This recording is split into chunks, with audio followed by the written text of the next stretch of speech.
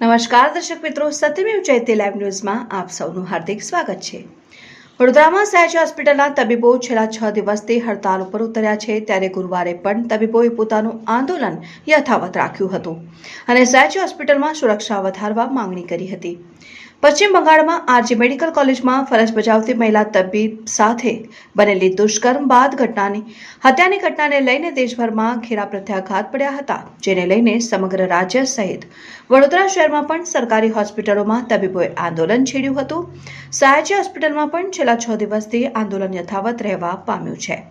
સતત 7મા દિવસે resident junior તબીબોએ આંદોલનને આગળ ધપાવ્યું હતું અને તબીબોની માંગણી છે કે અમે આટલા દિવસથી ધરણા પ્રદર્શન, વિવિધ કાર્યક્રમો કર્યા છતાં પણ રાજ્યના વિવિધ શહેરોની તુલનામાં સયાજી હોસ્પિટલમાં હજી સુધી સુરક્ષાને લઈને કોઈ પગલાં લેવામાં આવ્યા નથી। સીસીટીવીની સંખ્યા પણ વધારવામાં આવી નથી। લેખિતમાં અમને પ્રશાસનના વડાઓએ આશ્વાસન પણ આપ્યું છે કે જે લોકલ પ્રશ્નો છે એ આગળ લઈ જવામાં આવે। ગુજરાત સરકારને અમારા અવાજ અને પ્રશ્નો પહોંચે એ પ્રકારના પ્રયાસ અમારા તરફથી કરવામાં આવી રહ્યા છે। અમારી કામગીરી દર્દીઓ માટે સતત ચાલુ જ છે અને આજથી અમે અમારી હડતાલ પણ પરત ખેંચી રહ્યા છે।